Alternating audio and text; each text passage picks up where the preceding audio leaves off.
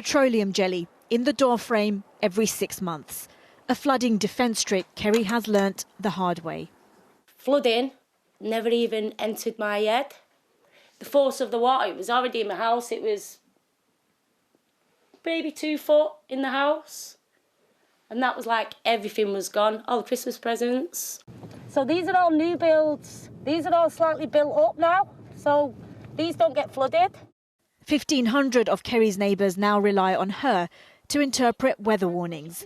But flood education, she says, is vital for everyone at risk. It took us 8 months to get back to kind of normality.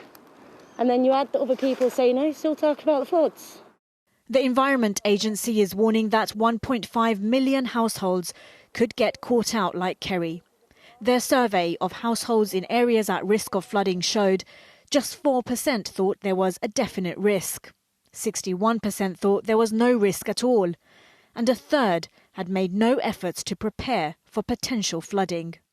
The Met Office is warning that this winter is likely to be wetter than normal. Although those wet conditions aren't due until around January and February, the time for households to prepare is now. The Environment Agency says it is ready, with 250 mobile pumps and 6,000 trained staff across the country so they can take action wherever it's needed.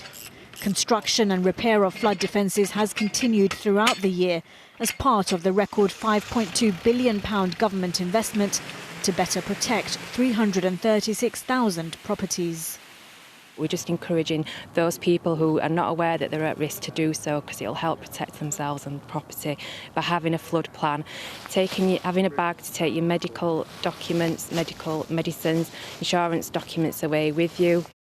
Last month, parts of the country saw a month's worth of rain in 24 hours. The Environment Agency says its action helped protect over 3,000 properties, but that nearly 80 households were flooded. It says it's ready for the next 3 months of potentially wet weather. But every household at risk will also need to be prepared to avoid disruption this winter.